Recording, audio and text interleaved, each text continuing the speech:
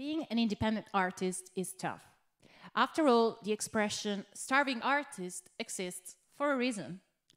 However, the view people generally have about working in music and art doesn't tell the whole story. Yes, embracing a career as an independent musician can be a financial nightmare. No, you don't pick this career if you want to become rich and famous. But with the right strategy, your music and your skills can be profitable.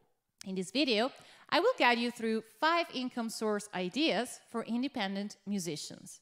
Before moving on, let me highlight how important it is to differentiate your income sources. Working in music means you have no certainty. Therefore, a good business strategy that involves different earning sources can help you be more financially stable.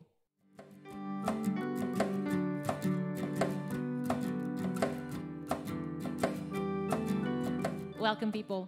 I'm Nicole, an independent singer and songwriter, content creator, and music Twitch streamer from Italy. Thank you so much for taking the time to watch this video. My goal on this channel is to help you build a music career online. Am I doing it right? If you have any questions, feedback, or if you want to suggest a topic for another video, feel free to express yourself in the comment section down below. And please remember to be polite. Need further help with your live streaming, digital marketing, or time management strategies? Check the link in the description box to subscribe to my mailing list. You will receive a few freebies specifically designed for you, as well as a weekly newsletter with tips and tricks on how to make a living as a thriving online musician. Now, let's go ahead with the video. Now, let's get started. Source number 1, live performances. This is probably the most obvious one, but so many musicians don't realize all the different nuances related to this income source. Many musicians think about live performances as traditional pub gigs, where you get booked by a venue and paid either by the venue owner or the audience present. A variation of these can be a function gig, where the musician gets booked to entertain attendees to a wedding or any other kind of party. These are 2 viable sources of income, but there are so many more possibilities when it comes to live performances. For example, if you have enough money and enough fans, you could hire a venue and organize your own concert. To minimize the financial impact this move can have, you can partner with other local bands or musicians and organize a sort of mini festival. The audience pays a ticket and you split the earnings with the people you partnered with. Instead of partnering with other musicians, you could partner with companies in your area. Choosing some companies that fit within your brand or vision will be a huge plus. For example, I once partnered with a publishing company for a special show on Joni Mitchell. They had just released a book about her, and I proposed a musical reading that could promote it around Italy. It worked. If this sounds way too intimidating, there is an easier road you can take. How about some busking? A lot of musicians underestimate how stimulating and lucrative it is to play in the streets. But if living home on a rainy day sounds way too miserable, how about some virtual busking? Live streaming has become a great way for musicians to bring their music to their audience without leaving their room. In the video I am going to link in the description, I explain some of the monetization methods you could employ for your live streaming shows. Make sure to check it out. Source number 2, session work. Session musicians are an important resource for songwriters and producers. Their task is to play or sing a certain part within a song. For example, if you are a good singer, you could get paid to sing backing vocals in somebody else's tunes. It used to be very hard to find work as a session musician.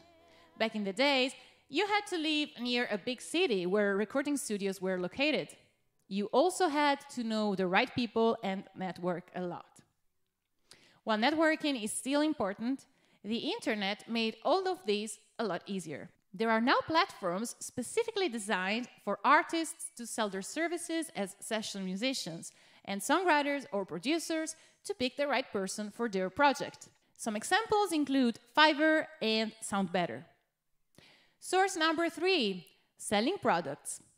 Bands and artists have been selling products since the dawn of time, or at least since the existence of gramophones. Vinyl records, CDs, tapes, merch items, tickets, and more have been part of the equation for a long time.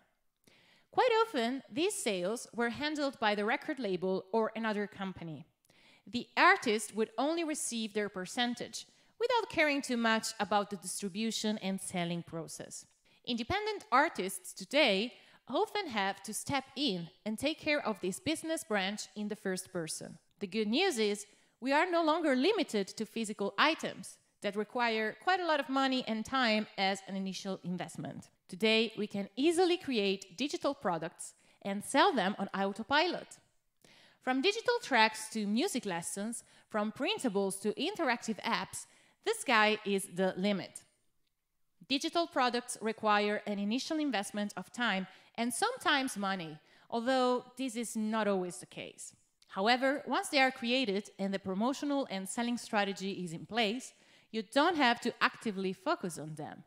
You can spend your time creating more music and performing while having a lateral income source up and running. Source number 4, selling subscriptions.